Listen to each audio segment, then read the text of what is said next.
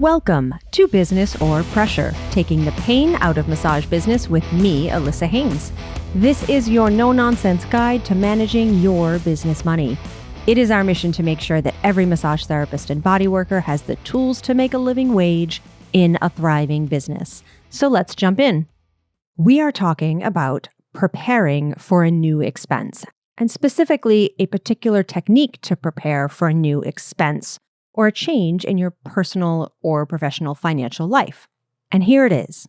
When you want to buy a big thing or make a big change, make your financial life live like you are paying for that thing or making that change for at least 3 months.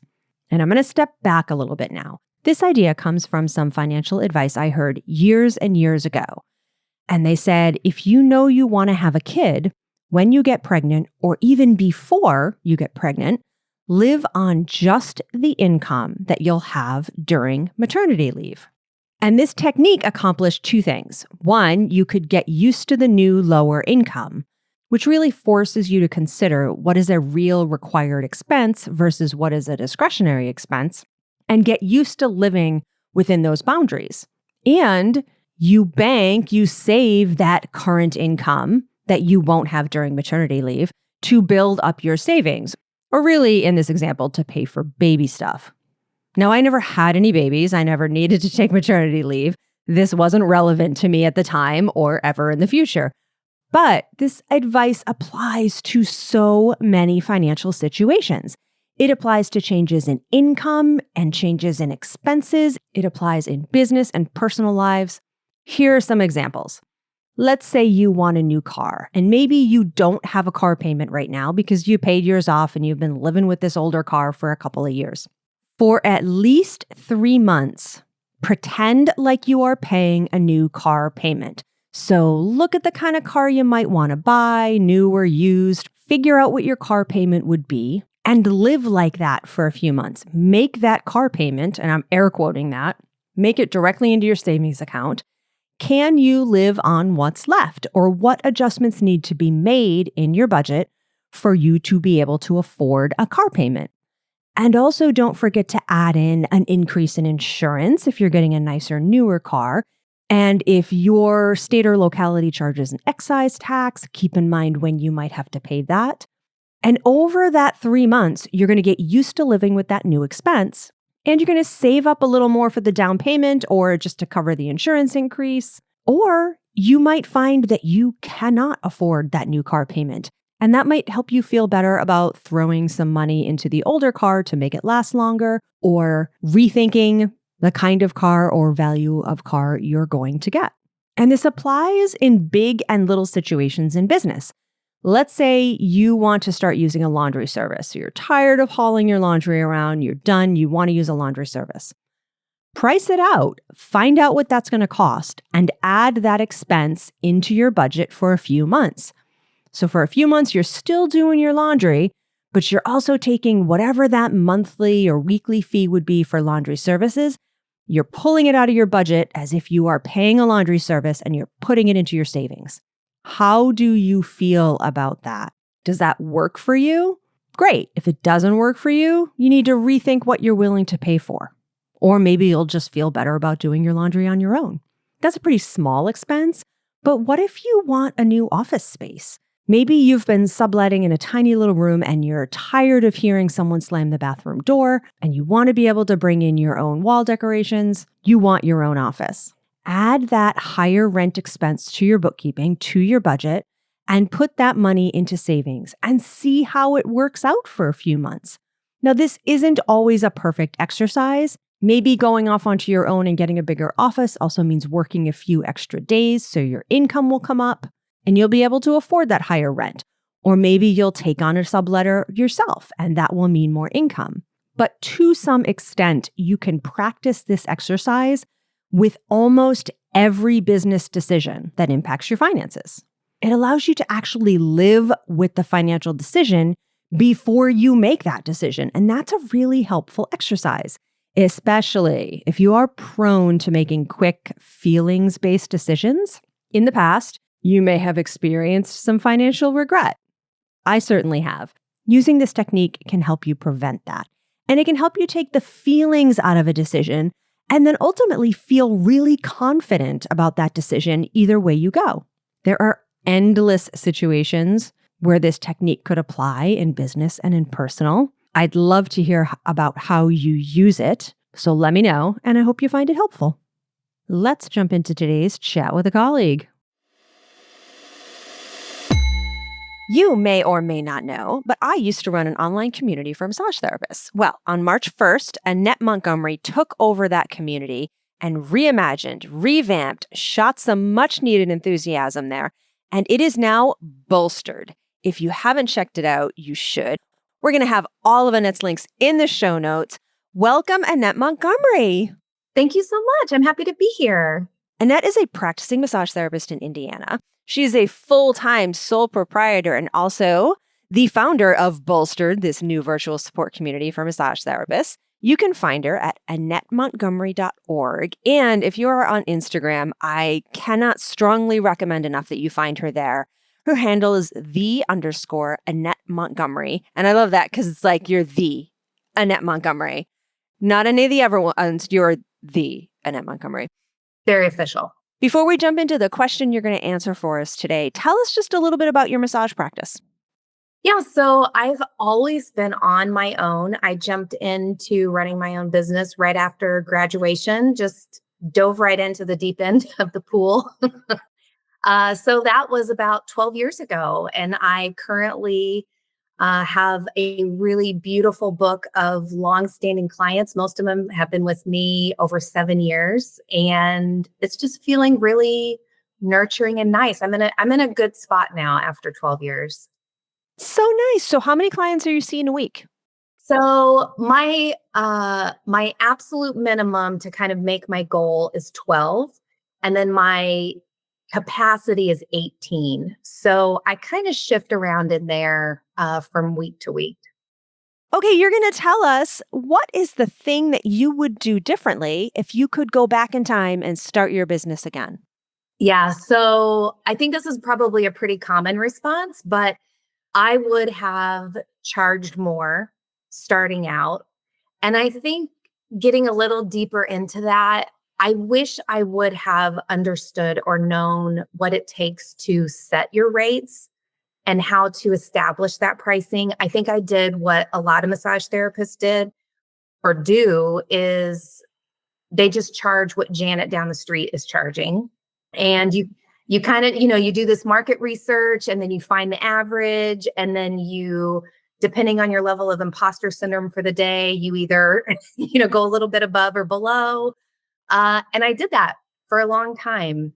We mentioned this the other day because one of the features in the Bolstered community is hot chocolate chats, which are just little virtual gatherings where people can bring their question about what's going on in their massage practice, and the small group can kind of peer mentor each other. And you said something that's actually stuck with me for a few days. You said, I'm still catching up on my prices because I priced too low when I started. And it made me think about how long it really does take to catch up.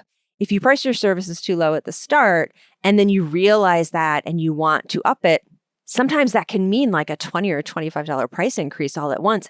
And that's a lot. And for some of us, that is not the best option. One of the things you do is teach massage therapists really great communication skills and scripts around boundaries and pricing and all kinds of businessy things. What is the pep talk you're giving yourself to get your pricing where you want it to be? When it comes to raising rates, the thing that I usually share with other massage therapists is that it's never going to feel easy. You just get better at doing it. So I'm, almost 12 years in. I just raised my rates again this past January 1st. And it's like the hesitation to press the send button to send the email. It still gets me. I still get that feeling in the pit of my stomach. And it's like, is everybody going to abandon me? Have I finally priced myself out of my existing client base? Is this the end of the line? I think you learn better how to navigate things like pushback and lower client retention. So how did it go when you did it? It went really well.